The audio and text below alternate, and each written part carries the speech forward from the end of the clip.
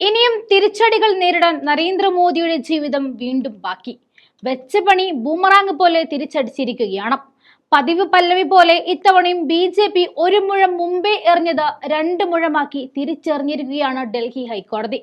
കൊട്ടിയാഘോഷിച്ച മോദി പൂട്ടിക്കെട്ടിയ BBC-ക്കെതിരെ കേന്ദ്ര സർക്കാർ നൽകിയ നഷ്ടപരിഹാരം ആവശ്യപ്പെട്ടുള്ള ഹർജി ഡൽഹി ഹൈക്കോടതി നിഷ്പ്രയാസം തള്ളിയിരിക്കുകയാണ്.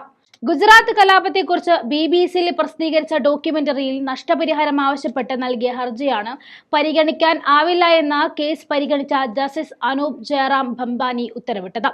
ഇന്ത്യ ദ മോദി ക്വസ്റ്റ്യൻ എന്ന പേരിൽ BBC പ്രസിദ്ധീകരിച്ച ഡോക്യുമെന്ററി രാജ്യത്തെയും പ്രധാനമന്ത്രിയെയും അപകീർത്തിപ്പെടുത്തിയെന്ന് കാട്ടിയായിരുന്നു ഡൽഹി ഹൈക്കോടതിയിൽ നഷ്ടപരിഹാരമായി BBC 1000 കോടി രൂപ നൽകണമെന്നും NGO ഹർജിയിൽ ആവശ്യപ്പെട്ടത്. ഡോക്യുമെന്ററി പ്രധാനമന്ത്രിയുടെയും രാജ്യത്തിന്റെയും ഗുജറാത്ത് സർക്കാരിന്റെയും സൽപ്പേരിനെ പരിഹരിക്കാനാകാത്ത രീതിയിൽ കളങ്കപ്പെടുത്തിയെന്നും ഹർജിക്കാരൻ കൂട്ടിച്ചേർത്തു. എന്നാൽ ഈ ഹർജിയിൽ കഴമ്പൊന്നുമില്ല എന്നും പരിഗണിക്കാൻ കഴിയില്ല എന്നും ഡൽഹി ഹൈക്കോടതി പറയുകയായിരുന്നു.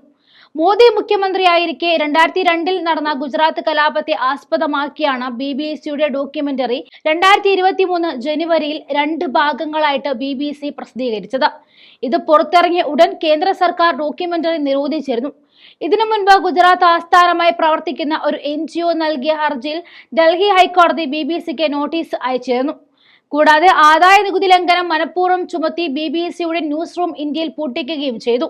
നഷ്ടപരിഹാരം ആവശ്യപ്പെട്ടുകൊണ്ടുള്ള മോദി ടീമിന്റെ നീക്കം പാളിപ്പോയ സ്ഥിതിക്ക് ഇതൊരു കരുത്താണ്. മാധ്യമങ്ങളെ തച്ചൊടിക്കുന്ന BJP-ക്കെതിരെ ആഞ്ഞടിക്കാൻ ശക്തി തരുന്ന ആയുധമാണിത്.